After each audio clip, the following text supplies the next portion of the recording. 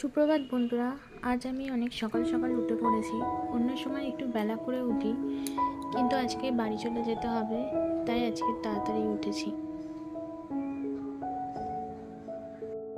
বুঝতেই পারছো বন্ধুরা, বাপের বাড়ি থেকে বাড়ি যাওয়ার সময় সব মেয়েদেরই মনটা খারাপ হয়, তাই আমারও হচ্ছে।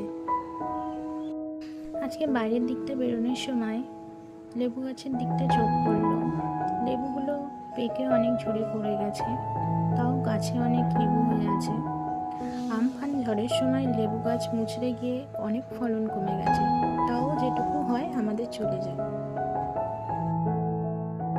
চা নিতে বাবার দোকানে এলাম। বাড়িতে তেমন চা করা হয় না, কাছেই দোকান বলে দোকান থেকেই নিয়ে চলে আসি। এই দেখো বন্ধুরা, ক্যামেরা ধরতে আমার বাবা লজ্জা পেয়ে গেছে।